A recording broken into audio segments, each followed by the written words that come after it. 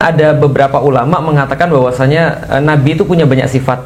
Ada yang berkata bahwa Nabi itu punya sifat, ada ya biasalah sidik, fatonah, amanah, itu kan yang sering kita dengar. Tapi ada yang mengatakan bahwa Nabi itu punya sifat ada 40. Karena 40 ini kan perlambang bahwa banyak dan bermacam-macam, beragam. Ada yang berkata bahkan Nabi itu punya sifat 99. Kalau Allah punya 99 nama dan sifat, maka kemudian Nabi juga punya 99. Tapi semuanya itu bersepakat bahwa kalau seandainya sifat Rasul itu diperes dan jadi esensi, itu ada satu esensi, itu adalah Al-Amin yang kita sering dengar. Maka Muhammad adalah Al-Amin. Nah, Al-Amin itu ketika diterjemahkan dalam bahasa Indonesia artinya yang terpercaya. Itu nggak tepat menurut saya, kurang tepat. Karena kalau terpercaya kita bisa pakai kata yang lain, misalnya trusted itu kan ada kata yang lain. Tapi kalau diterjemahkan menurut saya yang paling tepat adalah integrity. Jadi artinya kalau seandainya kita bicara tentang Nabi Muhammad Al-Amin, itu adalah integrity. Nah, karena itulah 40 tahun Nabi itu membentuk integritas itu untuk supaya beliau dipercaya dalam perkara apapun. Jadi Al-Amin ini bukan hanya dipercaya ucapannya, tapi juga dipercaya perkataannya, dipercaya kemudian ketika dia mengemban satu amanah, bahkan ketika dia diem aja dia dipercaya. Nah, ini adalah Al-Amin. Nah, jadi pentingnya sudah kayak apa ya? Ini adalah kayak karakter utama yang harus dimiliki oleh setiap muslim yang ngefans sama Rasulullah. Bapak saya tuh ngajarin saya begini, Lik, kalau ada orang minjem kamu duit, kamu akan nilai dia tuh harganya berapa. Jadi integritas itu kayak value yang kadang-kadang bisa diuangkan. Misal contoh, ada orang minjem duit sama saya, Ustaz pinjem dulu dong 100, saya lihat dulu dong, gitu kan ya. Kalau dia sudah bersama dengan saya 2 tahun, 3 tahun, 100 itu berarti murah bagi dia. Karena mungkin value saya ke dia kalau saya uangkan misalnya. Tapi ini cara pandang orang Cina, Pak ya. Nanti kalau Cina Islam beda lagi. Jadi saya lihat dulu nih, kalau misalnya value saya bagi value saya ke dia itu sudah 2 tahun berteman, 3 tahun berteman, misalnya contoh 20 juta, berarti 100 akan saya kasihin aja. Dia mau balikin, dia nggak mau balikin, nilai dia bagi saya sudah lebih daripada itu. Tapi misalnya contoh ada orang dagang sama kita misalnya, ini contoh kita menjelaskan integritas. Ada orang dagang sama kita, out of nowhere, dia bukan siapa-siapa, kita nggak kenal dia, kita seorang distributor buku, misalnya kita jualan buku, dia datang ke kita, Ustadz boleh nggak saya minta buku ini, saya ambil dulu bukunya, nanti saya jual. Tentu saja saya bilang saya nggak boleh dong, kamu harus bayar cash, karena saya nggak mau ngambil resiko, karena saya nggak tahu integritasmu seperti apa. Nah, jadi integritas berkaitan dengan trust dan resiko yang kita berikan itu. Dia bilang, oke, kalau gitu saya bayar nih cash, saya beli 10 buku cash, satu buku 100.000, saya bayar cash 1 juta. Oke, kamu dapat diskon segini, silakan ambil. Lalu kemudian dia jual habis dalam waktu 2 hari, dia datang lagi. Dia bilang saya pengen beli lagi buku lagi. Oke, beli buku lagi cash, lalu kemudian kamu jual. Dia terus menerus seperti itu sampai 1 bulan, sehingga sudah terjadi berapa kali transaksi. Terus dia bilang, Ustadz, mohon maaf Ustadz, saya ini selama ini kan beli 10 buku nih, dan saya jual selalu berhasil. Nah, sekarang saya boleh nggak? Saya mau ambil 30 buku, tapi saya bayar cash 10, 20-nya saya ngutang. Kira-kira saya boleh nggak? Boleh dong. Karena kenapa? Karena integritasnya sudah naik di mata saya. Saya sudah kenal dia, mungkin dia sudah kenal juga dengan saya. Saya sudah tahu mungkin keluarga dia tinggal di mana dan segala macamnya. Integritasnya dia naik karena dia bangun track record. Maka integritas itu sama dengan track record. Nah, lalu kemudian setelah dia ambil lagi banyak lagi, nanti 3 bulan lagi dia datang, boleh nggak saya ambil 100? Saya bayarnya 10 aja dulu cash, ambil, nggak apa-apa. Lama-lama dia naik lagi. Tiba-tiba Pak, setelah setahun dia ngambil 1000 buku dari saya, dia baru bayar 10, kemudian dia nggak bayar lagi. Maka bagi orang Cina itulah nilai dia. Nggak apa-apa kita hilang duit segitu, itulah nilai dia. Berarti dia menilai dirinya sendiri ya seperti itu. Kasusnya misalnya dalam prakteknya, ada kepercayaan kita dulu seorang karyawan, misalnya contoh kita udah baik banget sama dia, kita percayakan mobil, kita percayakan fasilitas dan segala macam, tiba-tiba mobilnya dibawa lari, Pak. Saya bilang berarti nilai dia 300 juta. Karena waktu itu mobilnya dibawa lari 300 juta. Integritas adalah nilai kita. Maka apapun yang kita kantongi sekarang, isi daripada dompet kita mungkin, ataupun siapa istri kita ataupun rumah kita di mana, itulah gambaran integritas kita. Maka integritas ini menurut saya dibangun dari 3 hal sebenarnya. Pertama adalah yang paling penting adalah ketakuan individu atau pengawasan individu. Yang kedua ini adalah pengawasan masyarakat, peers to peers. Jadi bagaimana dia punya peer pressure, dia punya pengawasan daripada masyarakat, atau misalnya ada hukum adat, ada hukum masyarakat. Ini penting sekali, hukum sosial. Lalu kemudian yang ketiga baru kemudian aturan-aturan yang mengikat. Ini adalah yang bagian yang ketiga. Tapi yang paling penting adalah yang pertama. Karena ketika kita misalnya contoh ya, ketika kita di rumah nggak ada siapa-siapa, nggak ada yang tahu, apalagi kita orang yang sangat berkuasa, yang mungkin negara nggak bisa ikut campur, atau kemudian sosial itu kita bisa kendaliin, tapi diri kita sendiri juga punya nilai. Nah, maka nilai ini yang ujungnya akan mengendalikan. Makanya kan kalau kita bicara tentang masalah integritas ini, ada satu pertanyaan orang Latin yang sangat-sangat dipertanyakan, yang sangat menjadi dasar. Saya pernah nulis tentang pepatah ini, judulnya Quis custodiat ipsus custodis. Siapa yang mengawasi sang pengawas? Who watch the watchers? Kalau seandainya kita adalah pengawas, misalnya contoh KPK punya badan kehormatan, Dewan Pengawas. Dewan Pengawas. Badan kehormatan itu apa ya? Polisi ya? Ya apalah ya. Pokoknya polisi punya ketua, kepala polisi itu diawasi sama badan. Lalu siapa yang mengawasi badan ini? Atau misalnya KPK misalnya diangkat sebagai badan tertinggi untuk penanganan korupsi. Terus yang ngawasin KPK siapa? Kan gitu kan ya. Nah, ini problematik kalau kita terus-menerus ngangkat badan lagi, ngangkat badan lagi. Lah kalau yang paling atas ribut gimana? Kalau di atas kemudian curang gimana? Ini kan problemnya. Nah, maka problemnya balik lagi pada value tadi yang dia miliki sebagai seorang individu. Apa yang membuat dia tetap mau mempertahankan integritas ini? Dan orang semua punya banyak nilai. Misal contoh, kita tanya sama orang Jepang, kenapa dia kemudian nggak korupsi? Sebelum kita bahas tentang keperluan dan kebutuhan tadi, Pak ya. Kenapa dia nggak korupsi? Dia bilang, saya malu. Saya nggak mau kalau saya mati anak saya dibilang anak koruptor. Bagi mereka itu adalah sebuah hal yang sangat memalukan. Tapi perkaranya, Pak, andaikan memalukan ini bisa untuk direka ulang sehingga jadi nggak kayak memalukan, ini terjadi loh, Pak. Artinya orang merasa bahwa korupsi itu sebuah tren, bahwa korupsi itu malunya udah hilang. Jadi malu ini mungkin pertama kali tapi ini dipegang setidaknya oleh orang Jepang, tapi mungkin di bidang yang lain nggak dipegang gitu kan ya. Orang bilang nggak ada malu gitu kan ya. Terus dia biasa-biasa aja. Nah, ini berarti kan ada sebab kenapa dia nggak korupsi, karena rasa malu. Ada yang kayak di Cina udah disiapin peti mati. Kalau kemudian benar kalau ada yang korupsi langsung dimatiin, masuk peti mati, selesai misalnya ditembak masuk peti mati. Berarti dia takut misalnya. Tapi ada orang misalnya ketika dia nggak korupsi karena dia punya hope, dia punya harapan dan segala macam. Nah, pertanyaannya seberapa kuat nilai-nilai yang dia pegang ini ketika dibenturkan dengan yang tadi, Pak. Apakah itu adalah keperluan? Apakah itu adalah apa tadi? Apalagi tadi sebuah sistem? Ataukah itu misalnya sebuah keserakahan? Nah, itu dibenturkan sama tiga ini misalnya apa yang mana yang lebih kuat? Nah, syukurnya di dalam Islam. Di dalam Islam tuh yang ditanamkan pertama kali bukanlah tentang hope, bukanlah tentang fear, bukanlah tentang apa, tapi dia tahu bahwasannya semua yang ada di dunia ini akan dipertanggungjawabkan di hadapan Allah. Dan ini adalah sesuatu yang sangat powerful banget, Pak. Nah, itu menjawab pertanyaan Quis custodiat ipsus custodis. Maka di dalam Islam dulu ini sangat menarik. Saya pernah ditanya gimana cara memperbaiki negeri, sedangkan kita sudah tahu negeri ini masalahnya banyak. Ada premanisme, Pak. Ya mungkin Bapak lebih tahu lah hasil daripada premanisme kan gitu kan ya. Premanisme, dan premanisme bukan premanisme kelompok, Pak. Premanisme ini sesuatu yang sangat besar sekali gitu kan ya, untouchable. Padahal ada aparat yang bantuin juga gitu. Ya, itu kayaknya Bapak lebih tahu daripada saya. Makanya nambahin tadi, Ustaz.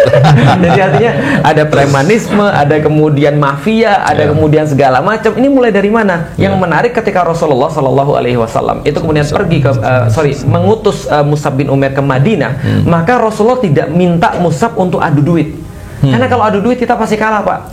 Saya dengar ada beberapa orang bilang ini, Ustadz, ternyata Ustadz, itu beberapa orang, saya nggak tahu lah ini cerita dia ya, beberapa orang itu sudah invest dari awal. Dia ngeliat nih siapa nih yang mau naik nih, para pejabat, atau siapa orang-orang yang punya kekuatan yang mau naik, orang-orang yang berwenang yang mau naik, itu sudah dipanjar di depan, Pak. Nah, kalau sudah dipanjar di depan, gimana kita mau ngurusin yang kayak gini? Orang ketika kita berbicara tentang orang yang harusnya melindungi malah jadi pelaku misalnya, ini kan problematik. Nah, maka Rasulullah tidak ngadu duit. Karena kalau seandainya kita ngadu duit, lu ngaji deh sama gue, lu berbuat baik deh, ini duit buat lu, ini gue gedein gaji lu misalnya, nanti dia ditawarin orang lebih gede, Pak, lewat, Pak. Makanya ketika Rasulullah datang, yang diajak bukan uang. Maka ditanya tuh oleh orang-orang yang pemilik daripada Madinah, Sa'ad bin Mu'adz berkata, kalau aku bawa seluruh yang ada di belakangku ini, seluruh pasukan-pasukanku ini, dukung Muhammad Rasulullah, yang aku dapat apa? Dijawab sama Rasulullah, surga. Maka surga ini nggak ada yang bisa beli. Maka duit berapapun kecil di depan surga itu. Duit berapapun kemudian bisa untuk bisa untuk ditolak ketika dia tahu bahwasanya dia akan berhadapan dengan Allah. Nah, maka kemudian ini nilai yang sangat utama di dalam Islam. Itu adalah keyakinan bahwa dia akan kembali pada Allah. Itu ketika ditanya salah satu keadilan Allah itu adalah menciptakan siksaan neraka. Itu kehadiran Allah, Pak. Contoh misalnya, Pak, sebelum kita bahas korupsi ya, karena korupsi lebih parah daripada ini. New Zealand itu ketika terjadi penembakan di Christchurch itu ada berapa meninggal? 49 kalau saya nggak salah. 49 meninggal, dan semua keluarga 49 ini, Pak, hadir di persidangan ketika orang nembak ini sudah ketangkep. Apa yang dia bilang? Kami ingin hukuman terberat buat orang ini, karena kami kehilangan orang-orang yang kami cintai. Ada bapak yang punya anak-anak, ada kakak yang punya adik, segala macam. Kami pengen dia dihukum terberat. Apa hukuman terberat yang bisa diberikan pada saat ini selain hukuman mati, Pak? Pertanyaannya adalah orang bisa mati berapa kali, Pak? Ada berat yang lebih berat. Gimana, Pak? Hukuman setengah mati. Jadi jangan sampai mati. Ada filmnya tuh, Pak. ada filmnya, tapi sadis jadi, Pak. Nah, sedangkan kita kan tetap harus manusiawi walaupun hukum orang mati, disuntik mati misalnya. Dia cuma bisa mati sekali, Pak. Kalaupun setengah mati cuma 2 kali, Pak, kan setengah. Artinya cuma sekali bisa mati. Ketika satu orang, ada 49 orang berderet nih. Dia berbaris. Satu orang, saya sudah mendapatkan keadilan saya. Dia sudah dihukum mati. Dia balik. Masih ada 48 orang ngantri, Pak. Makanya di dalam Al-Qur'an labithina fiha ahqaba. Ada kemudian siksaan Allah itu adalah kekal di dalamnya selama bergenerasi-generasi. Labithina fiha ahqaba. Ketika saya baca, kenapa Allah nggak bilang selama-lamanya aja disiksa? Tapi Allah kasih tahu bergenerasi-generasi. Ada episode-episodenya. Kenapa? Itu untuk memberikan tambahan siksaan. Karena orang-orang disiksa di neraka nanti ada orang-orang khusus, Pak, yang benar-benar di dunia itu benar-benar level Firaun, benar-benar level jahat kayak gitu, benar-benar dia mati sekali nggak cukup, Pak. Benar-benar. Nah, maka kata Allah, maka orang-orang kayak gini akan disiksa dengan cara apa? Dia disiksa dan diberikan time frame. Kamu akan disiksa dari sini sampai sini, sehingga dia punya harapan, Pak. Itu setengah mati namanya, Pak. Punya harapan akan dibebaskan dari api neraka. Ketika selesai kemudian Allah bilang nanti ditambah lagi. Labithina fiha ahqaba. Maka kemudian inilah keadilan. Karena manusia nggak bisa adil, itu konsep apa ya? Konsep samar di dunia. Kita bisa seadil-adilnya, tapi kita nggak akan pernah bisa adil karena kasus kayak tadi. Kalau ada orang-orang korupsi, bayangin, Pak. Orangnya berapa banyak? 300 triliun. Makanya korupsi itu bukan maling, Pak, di dalam Islam. Maling itu hukumannya adalah potong tangan. Korupsi nggak hukumnya potong tangan, Pak. Karena kenapa? Karena merugikannya itu bisa menimbulkan perkara-perkara yang lain. Dari korupsi bisa muncul perzinahan, dari korupsi bisa muncul kemudian terorisme, dari korupsi bisa muncul perkara-perkara kerusakan alam dan segala macam. Ini kelaparan. Maka di dalam Al-Quran Allah katakan korup itu adalah fasad. Dan fasad ini adalah kemana-mana, Pak. Hasilnya kemana-mana. Maka kalau kita bilang dosanya seperti apa? Ya tadi, kalau dosa misalnya dosa sama manusia kita bisa minta maaf. Dosa sama Allah bukan kita ngecilin, tapi itu lebih mudah karena lebih mudah nyari Allah daripada nyari manusia.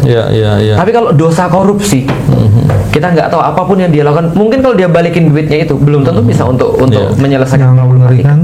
Kenapa kemudian Allah katakan ketika ada satu orang membunuh orang lain itu sama seperti membunuh seluruh dunia? Karena satu orang yang membunuh tanpa dia bertanggung jawab atas kelakuannya itu akan menginspirasi orang lain, Pak. Oh, ternyata bisa ya.